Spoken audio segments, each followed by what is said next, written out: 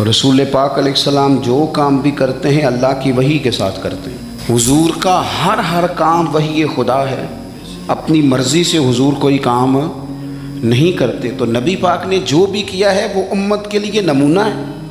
حسنین کریمین سے جو حضور کا پیار ہے، جو نبی پاک علیہ السلام کی ان کے ساتھ والہانہ محبت ہے، اعلیٰ حضرت بریلوی نے حدیث لکھی ہے، راوی حضرت عثمان غنی ہے رضی اللہ تعالیٰ عنہ۔ حضور سید عالم صلی اللہ تعالیٰ علیہ وآلہ وسلم نے نا گھر میں پیغام بھیجا، فرمایا فاطمہ سے کہو ذرا حسن حسین کو تو بھیجے۔ یہ سارا دن ہی حضور کے پاس رہتے ہیں، سارا دن ہی، لیکن وہ جو والہانہ پن ہے، جو محبت ہے، جو ان کے ساتھ محبوب کا خاص لگاؤ ہے، سیدہ سے کہو ذرا شہزادوں کو بھیجے، تھوڑی سی دیر ہو گئی آنے میں۔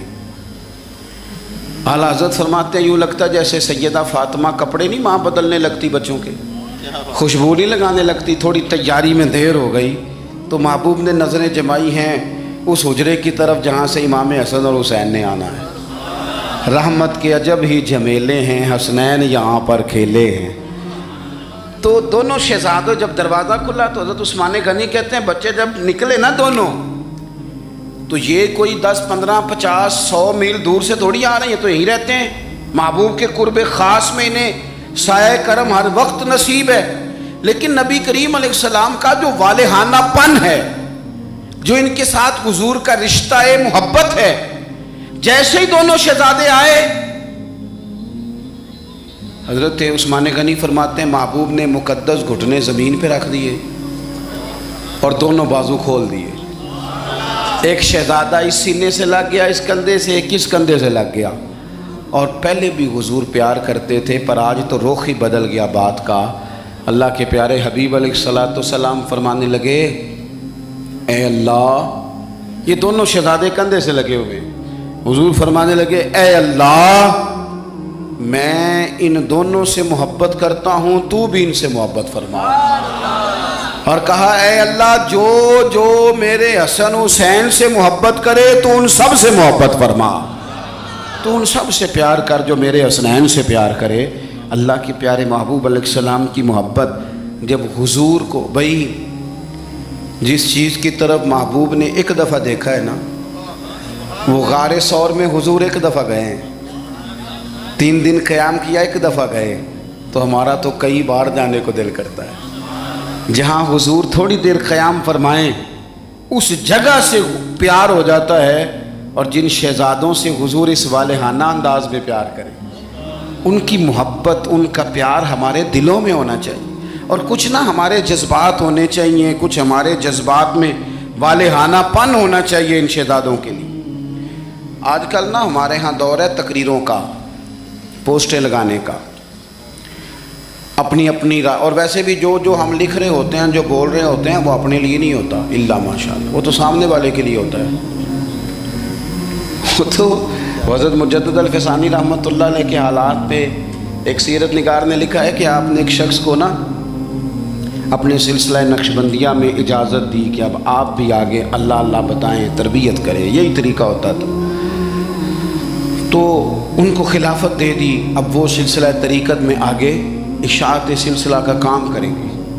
کچھ عرصے کے بعد وہ خلیفہ صاحب نے حضرت شیخ کو خط لکھا تو کہنے لگے حضور آپ نے فقیر کو اجازت دی تھی، اب میں تقریر بھی کرتا ہوں، تدریس بھی کرتا ہوں، تصنیف بھی کرتا ہوں۔ تو حضرت فرمانے لگے آپ بہت اچھے کام کر رہے ہیں، رب آپ کو برکت دے، پر یہ سارا کچھ تو آپ لوگوں کی اصلاح کے لیے کر رہے ہیں، کچھ اپنے لیے بھی کرتے ہیں؟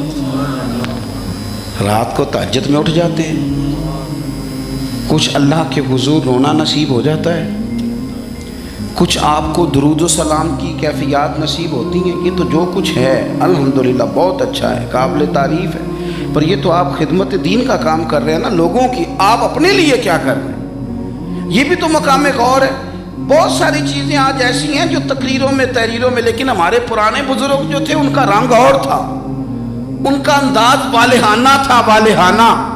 میں نے کئی دفعہ سنائی ہے بات، پھر سناتا ہوں۔ بڑی عید پہ نا میرے والد صاحب چاول لائے، غریب گھر تھا تو ثابت چاول اور بہترین چاول کم ملتے تھے، تو جو زیادہ اچھے چاول تھے اماں جی نے ایک دفعہ پکائے تو وہ بڑے اچھے لگے، تو سب نے تعریف کری کہ یہ چاول بڑے اچھے ہیں۔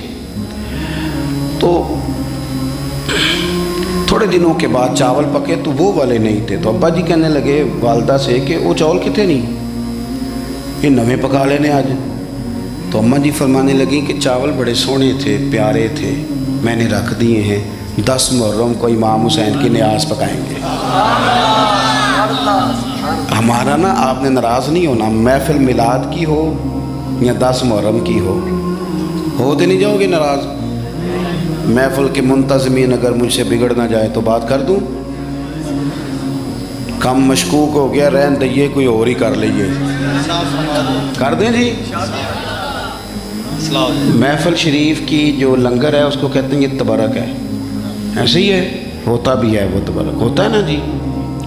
تو جو شاپر میں چاول تبرک صاحب ہیں وہ نعت خواں بھی کھا لے گا، کوئی مسئلہ نہیں، اس کے لیے مرغن غذا کی کیوں اہتمام کیا گیا؟ اس کو تبرک نہیں گزرتا الگ سے، پیر صاحب کو نہیں گزرتا، ان کے الگ سے نہیں گزرتا یہ تبرک۔ وہ خدا کے بندو، غریب کو تو لوگ اب تو تگڑے بندے افطاریاں بھی سیاسی کراتے ہیں،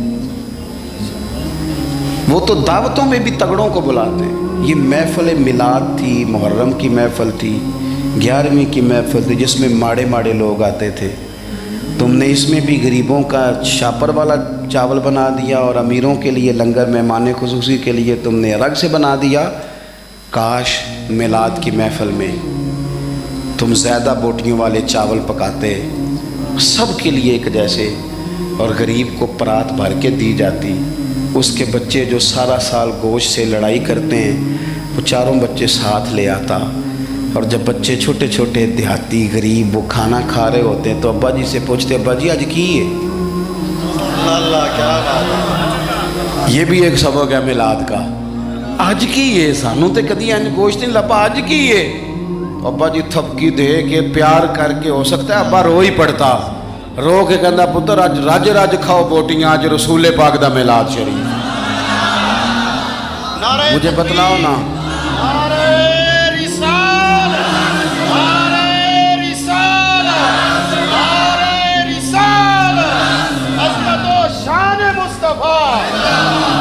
دیکھو نا، میں آپ بڑا اہتمام کیا آپ نے، آپ بڑے پیارے لوگ ہیں، پر میری ڈیوٹی لگائی ہے نا آج آپ نے سمجھانے کی۔ دیکھو بچے کے ولیمے پر جس ترتیب سے محنت کر کے ہم لنگر کا بندوبست کرتے ہیں، ڈھونڈ کے نائی، ڈھونڈ کے کسائی، ڈھونڈ کے، امام حسین کے نیاز پہ بھی اسی طرح ہی کرتے ہو، میلاد پہ بھی اسی طرح ہی کرتے ہو، یہی کام کرتے ہو۔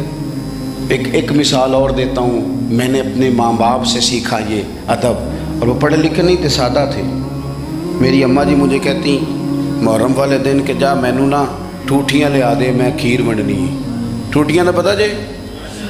چلو شکر ہے تسی کافی بندے پینڈو نکل آئے ہو، ورنہ تو لوگ مانتے نہیں کیسی پینڈو ہوں۔ ٹوٹیاں لا دو، تو مینوں ذرا سائیکل تے جانا پیندا سی 2-3 کلومیٹر، تو میں کہتا اماں جی میں پوچھے استاداں نوں، ختم پرات وچ بھی ہو جاتا ہے، آپ دلا لیں ہو جاتا ہے، پلیٹوں میں بھی مطلب کوئی مسئلہ نہیں۔ اماں جی کہندے تو نا اپنے مسئلے رکھ اپنے کول، میں نے ٹوٹیاں لے آ کے دی، تو وہ چلے جاتا۔ ایک دن میں تھوڑا سا نا تنگ ہو کے بھی گیا، یار حد ہو گئی ہے، اماں جی مسئلہ سمجھتی نہیں، میں اتنے بڑے مفتیوں کا قول سنا رہا ہوں۔ امام اعظم ابو حنیفہ کی والدہ، امام صاحب کے ایک شاگرد تھے، وہ واعظ تھے، بڑی زبردست تقریر کرتے تھے۔ امام صاحب کی ماں کہتی جاؤ مجھے اس سے مسئلہ پوچھ کے بتاؤ، تو امام صاحب کہتے اماں مجھ سے مسئلہ پوچھ لے، تو ماں کہتی تو بچہ ہے، ماں کے لیے تو بچہ ہی تھے نا، وہ اس سے مسئلہ پوچھیں۔ تو حضرت امام صاحب اپنی والدہ کا وہ استفتاح سمجھیں لے کے اس شاگرد کے پاس جاتے، مسئلہ کہتا استاد جی مجھے تو نہیں نہ مسئلے آتے، آپ بتائیں۔ تو امام صاحب کہتے میری اماں تیرے نام پہ مطمئن ہوتی ہے، یہ احترام دیکھو۔ فرماتے اچھا میں تجھے اس سوال کا جواب بتاتا ہوں، پھر تو مجھے بتا، اور پھر میں اپنی اماں کو جا کے بتاؤں گا، تاکہ میری بوڑھی ماں سادی طبیعت ہے وہ ذرا اطمینان میں آ جائے گی۔ وہ میری اماں جی مجھے کہنے لگی ٹوٹیاں تے لے آنیاں ہی پینیاں، میں چلا گیا لے کے آیا، لا کے میں نے پیش کر دی۔ تو میں نا اس دن تھوڑا سا میں نے پوچھا گھبرا کے، میں کہ اماں جی مثلا ٹوٹیاں دی ایڈی لوڑ کا دیے، بغیر ٹوٹیاں تو نہیں امام حسین دے نام دی کھیر ونڈی جاندی، ضرورت کی ہے؟ تو اماں جی کو پتہ تو تھوڑا غصے میں گیا ہے، پسینے میں شرابور واپس آیا ہے تو ان کا لہجہ وہ ہو گیا جو ماں کا پھر سمجھانے کا لہجہ ہوتا ہے. مجھے تھپکی دی, 10 روپے بھی اضافی دیے خرچے کے, اور ساتھ کہنے لگی پتر میں کھینا حضور دی اولاد دے نام تے کسی نو کھیر دینی, پھر انہوں آخنا ساڈا پانڈا دے کے جا. نبی پاک دی اولاد دے نام تے جو دے چھڑیا سو دے چھڑیا, ختم ہو گئی بات, ختم ہو گیا. اب اسے کہنا برتن دے کے جا. اس لیے پلیٹیں بھی جائیں, یہ حضور کی اولاد کے نام کا لنگر. تیری نسل پاک میں ہے بچہ بچہ نور کا, تو ہے عین نور تیرا سب گھرانہ نور کا. تو ایک تو ان سے والہانہ پن. پانچویں اور آخری بات, اپنے بزرگوں کے صرف دن نہیں منانے. دین صرف منانے نہیں آیا دنیا, دین تو اپنانے کے لیے آیا ہے. ہم نے نیرے دن نہیں منانے, نیرا اپنا سند ہی مضبوط نہیں کرنی, احترام بھی کرنا ہے حد درجے, لیکن جو ان کی سوچ ہے, جو ان کی فکر ہے, جو ان کا مزاج ہے. 2 باتیں حضرت عمر فاروق رضی اللہ تعالیٰ عنہ میں اور امام حسین میں ایک جیسی ہیں, کامن ہے. ایک تو ان دونوں کا مصلی سے پیار. 100 رکعت نماز نفل پڑھتے تھے حضرت سیدنا امام حسن اور حسین فرضوں کے علاوہ. جو 5 بھی پوری نہیں پڑھتا وہ کہتا ہے مجھ سے بڑا امام حسین کا محب بھی کوئی نہیں.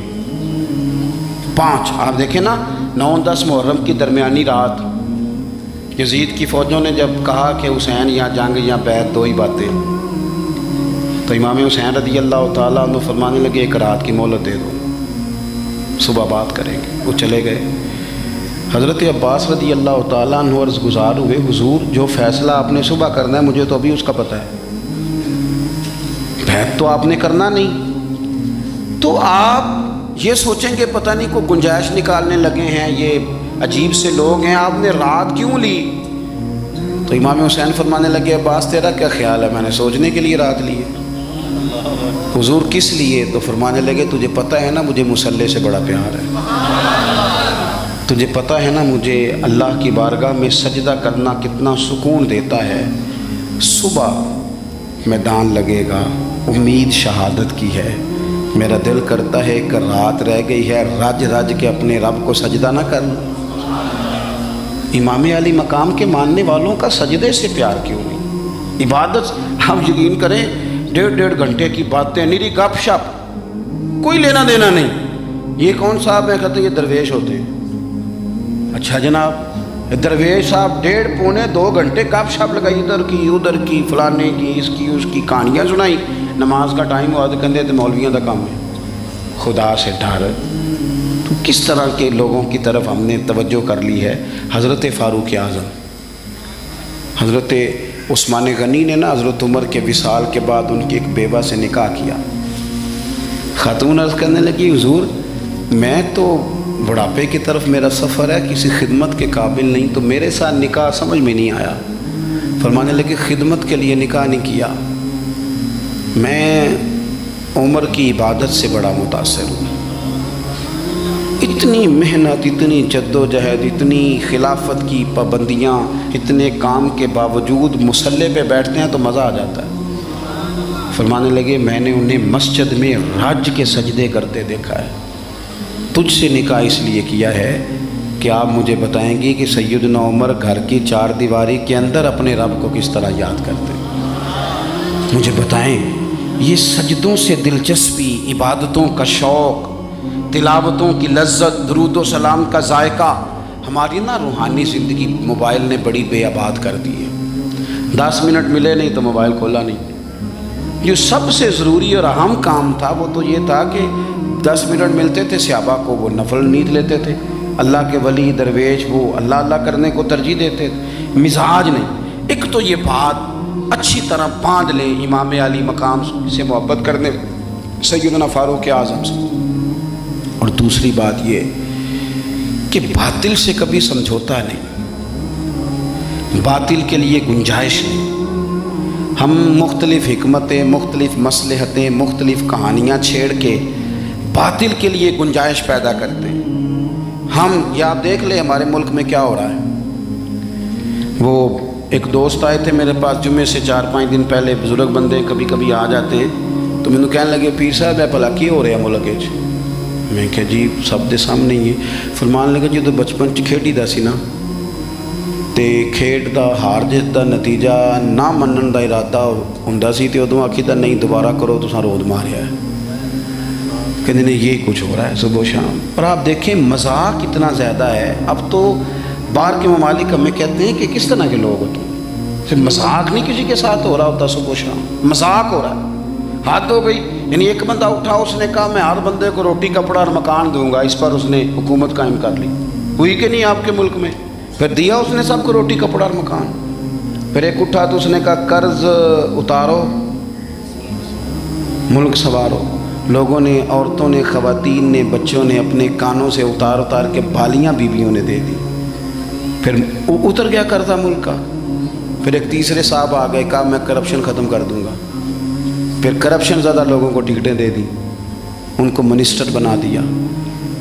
بیچاری قوم تو تمہارے جھوٹے سچے نعروں کے پیچھے لگ جاتی ہے، لیکن رب کریم کی بارگاہ کو کیا جواب دو؟ میرے پاس آپ یقین کریں لوگ آتے ہیں ہمارے پاس نا، خانقاہوں، آستانوں، مساجد میں لوگ نیک آدمی سمجھ کے آ جاتے ہیں دعا کرانے، وہ پھر اپنا دکھ بھی سنا کے جاتے ہیں، لوگوں کی تکلیفیں سنی نہیں جاتی۔